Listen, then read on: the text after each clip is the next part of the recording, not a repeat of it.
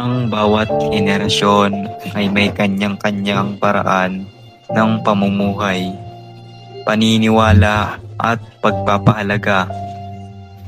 Habang nagbabago ang panahon, nagbabago rin ang kultura at pananaw ng mga tao.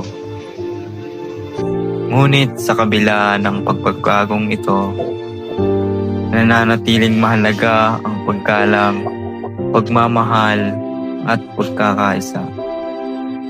Sa dokumentaryong ito, aalamin natin ang halaga, asal at diwa ng iba't ibang henerasyon.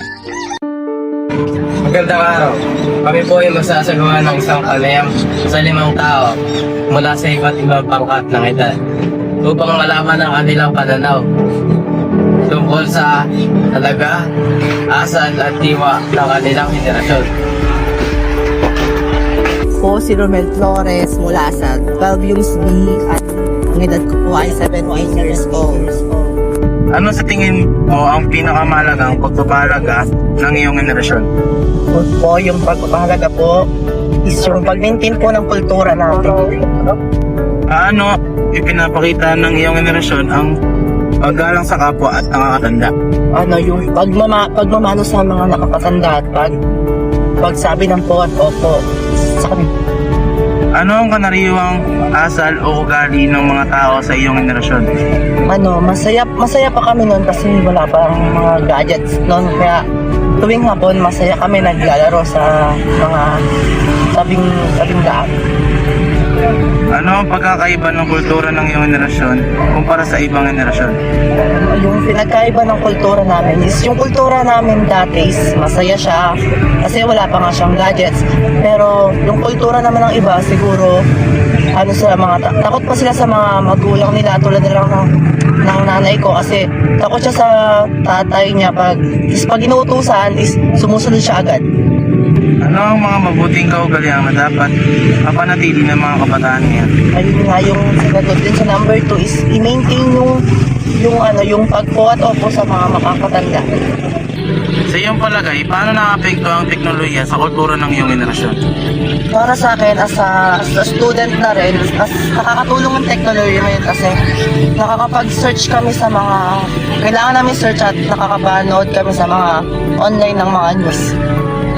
Ano ang iyong may papayo sa susunod na henerasyon? May papayo ko lang sa mga next generation is i-maintain talaga nila yung culture natin at ang pagmamano sa matatanda at pagpo at opo sa kanila. Bilang kabataan, mahalaga para sa kanila ang edukasyon, paggalang at paggamit ng teknolohiya. Ako nga pala si Jervin Pagyo at ako ay 3 years old. Ano sa tingin mo ang pinakamahalagang pagpapahalaga ng iyong henerasyon? Sa henerasyon ko kasi, since ako ay 90s kids, pinaalalahan namin yung respeto sa matatanda at sa magulang. Paano ipinapakita ng iyong henerasyon ang paggalang at sa kapwa at nakakatanda? Paggalang ko na yan sa paggalang sa kapwa. Sa henerasyon namin, pinapakita ang paggalang sa kapwa na kahit hindi mo kakilala, kailangan sa natulungan. Ako na kapag nakikita mo sa inyong hirapan or nalitan, kailangan mo tutulungan. Ngayon, kapag naging ako sa nakatanda, kahit hindi mo kakilala, mas ito yung nakakatanda sa iyo. Siyempre, kailangan mo yung respect, yung pagsabi ng po at opo, at siyempre yung pagmamahal na tradisyon ng mga tao. Karaniwang asal o ugali ng mga tao sa inyong henerasyon? Ang karaniwang ugali ng henerasyon namin is yung paggamit nito yung paggamit or pag-apply ng pagmamano sa mga At ibang henerasyon? so kung compare natin, siyempre may iwais kasi henerasyon yun. Yung henerasyon namin, ang paggamit sa matatanda ay sobrang dapat bitakan mo po ba, siyempre po at opo, kung mga mga. Ngayon sa kapwa, bawal mo silang sabihan mo ano yung mga tapos, depression mo yan, na-apply naman sa kapwa mo hindi ba, susunod mo. Pero gusto ko, parang nalilimutan na naman ang generation na yun, yung pagmamano at saka yung paggagamit ng kuko. Ang mabuting kaugalian na dapat na palutunin ng kabataan ko ang generasyon yung respeto at disiplina. Yung palagay, paano mo nakakapekto ang teknolohiya sa kultura ng iyong henerasyon? As when it comes to technology sa ngayon, talamak na contribution or influence ng technology sa kabataan.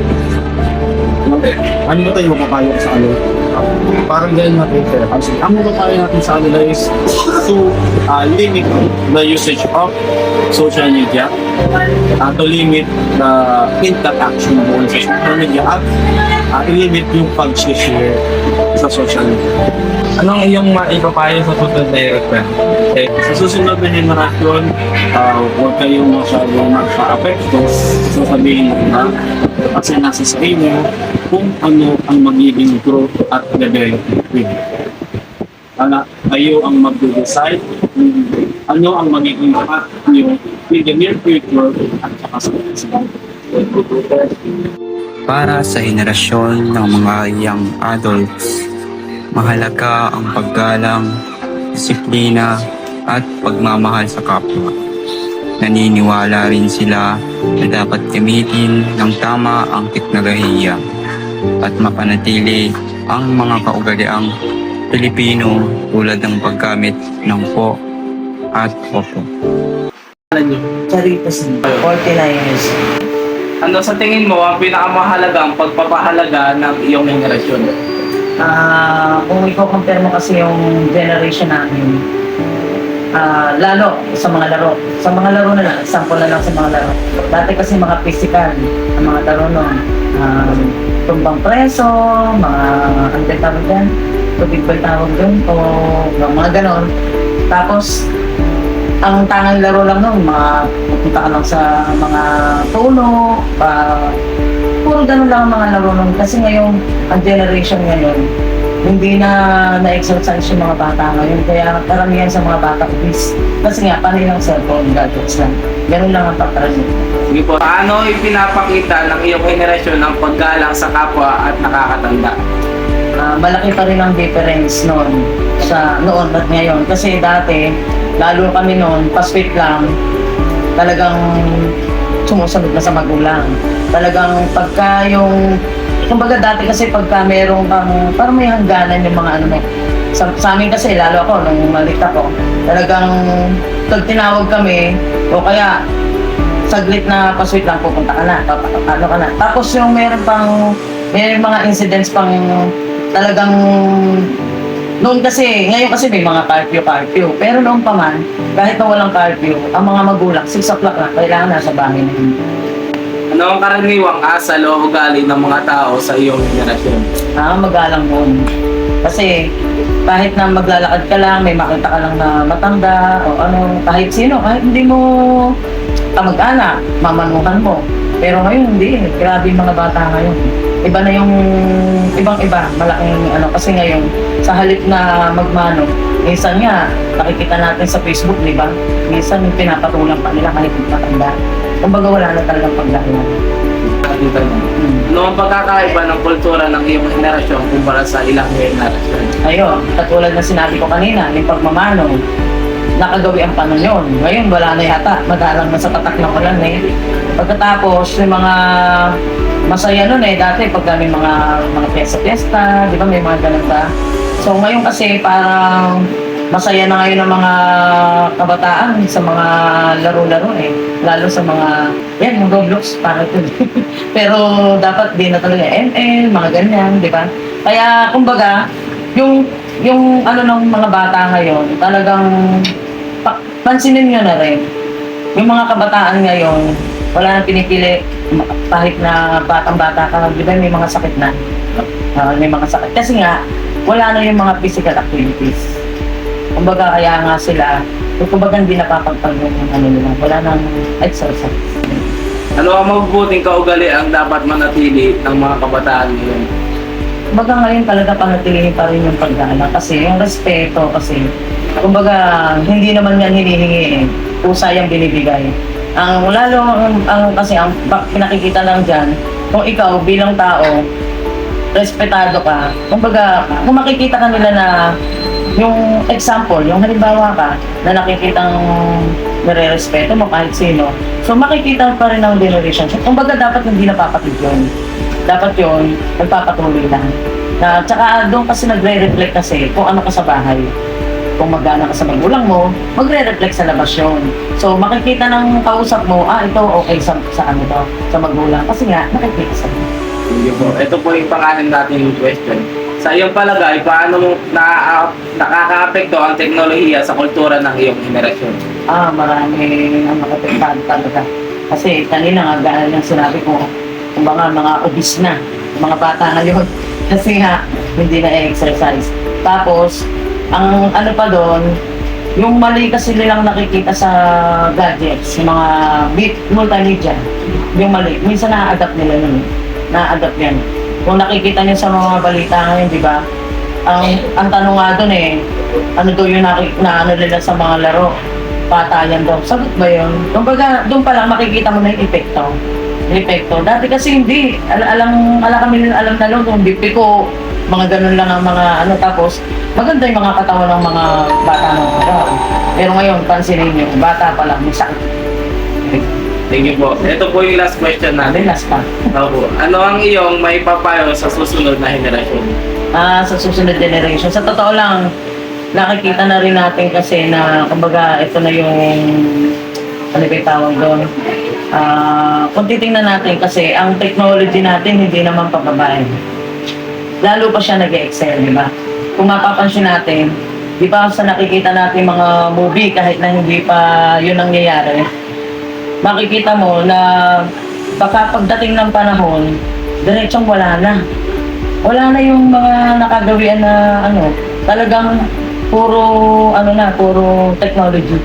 Kasi nga, nag-i-improve yung sa isang banda, okay naman. Lalo sa mga business, di ba? Mas maganda siya, yung technology natin nag-improve. Kasi mas umaangat yung natin. Pero sa isang banda kasi, napag-iiwanan yung dating talaga.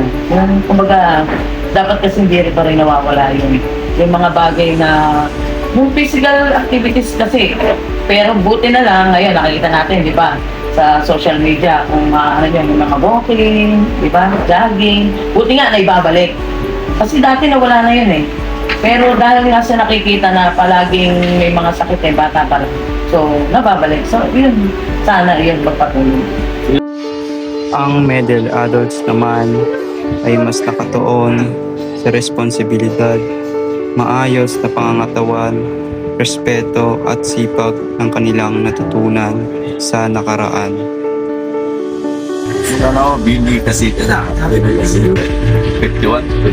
Ano ang mga mabubuting kaugalian na dapat manatili ng mga kabataan?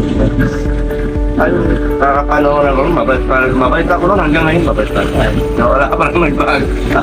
Sa iyong palagay, paano nakaka-apekto ang teknolohiya sa kultura ng iyong generasyon? Ay, mahirap, pero ngayon, maganda na yung mahirap talaga po wala namin. Pero ngayon, mga kabataan, hindi na gano'n. Okay ngayon. Ikaw pa na ako ngayon. So, kaya Para sa older adults, mahalaga ang disiplina at pagbibigay ng magandang buhay sa kanilang pamilya.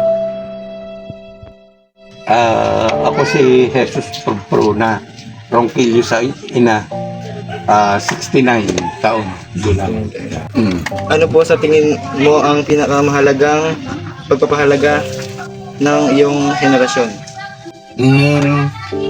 Nung bata kami, nakapanahon namin, una-una, ang hindi lang sa estudio sinuro, maging sa bahay, mga magulang namin, yung respeto. Yun ang pinakauna. Tapos bilang anak, sumusunod din sa mga sinasabi ng mga magulang namin. Paano pinakikita ng iyong henerasyon ang paggalang sa kapwa at nakakatanda? Yun nga. Tulad ng sabi ko, di ba? Siguro, maging sa inyo, dapat nyo rin malaman, hindi lang sa mga matatanda kayo rumispeto. Maging doon sa mga nakakabata sa inyo. Para respeto rin kayo. O, di ba? Para, kasi nga, tulad nga lang sabi ko bilang anak, merong ding mga pinasusunod na mga batas o regulasyon yung mga magulang namin noong na igalang mong matanda, sunod ka lang mga sinasabi dahil yun ay para din sa aking ikabubuti o ikabubuti namin mga mananod. Ito po yung mga dito. Ano ang karaniwang asal ng o ugali ng mga tao sa henerasyon nyo? Ayun nga, ay yung sinasabi nga, yung una-una hindi nawawala yung paggalang. Yun ang pinaka-importante yung paggalang. Hindi lang sa matanda, maging sa nakakabata. Yun nga, kasi ang laki yan pag marunong kang gumalang, yung iba matututuro yung igalang ka. Yun sa nakikita sa Ibinahagi naman ng ating senior citizen ang kahalagahan ng simpleng pamumuhay, respeto at pagmamahal sa pamilya.